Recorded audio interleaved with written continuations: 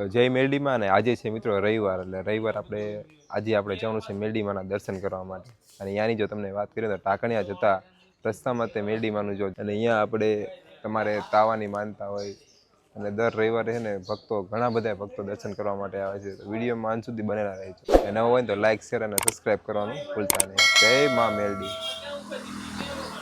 જય માતાજી મિત્રો, ભાઈ શ્રી ચિરાગભાઈ પ્રજાપતિની યુટ્યુબ ચેનલમાં આ બધા મિત્રોનું હૃદયપૂર્વક સ્વાગત કરું છું. અને હું અને ચિરાગભાઈ આજ આવી ગયા છીએ બોટાદથી આગળ જે ઢાકણિયા કહેવાય, એટલે કે ઢાકણિયાવાળા મેરડી માતાજીના, બોટાદના સીમાડાના ઢાકણિયાના સીમાડાના મેરડીમાં તરીકે ઓળખાય છે પ્રસિદ્ધ માતાજીના મંદિરે.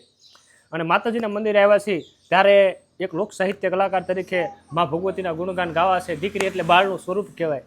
એ પણ જો મા ભગવતીના ગુણગાન ગાવા છે તો એક દીકરી અચાનક સામે આવી પણ મા ભગવતીના ગુણગાન ગાવા હોય ત્યારે હા મું જુબે નહીં હગો ને કોઈ સંબંધીનો સાંભળે એકો દિયણકો ત્રિભુવનમાં માનવીને ન મળે એ અવસરે મઢ મેલડીને પાઈ લાગી જો પડે પાસા પરે પોબાર તો મેલડી વાર્યું કરે માં મેલડી વાર્યું કરે. એવી માં જગદંબા છે, હાજરા હજુર છે, દુખિયાના દુઃખ દૂર કરવાવાળી માં મેલડી છે.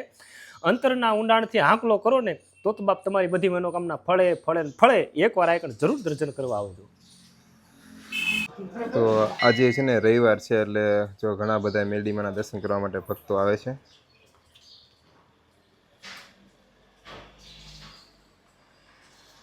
તો બોલો મેરડી માતની જય.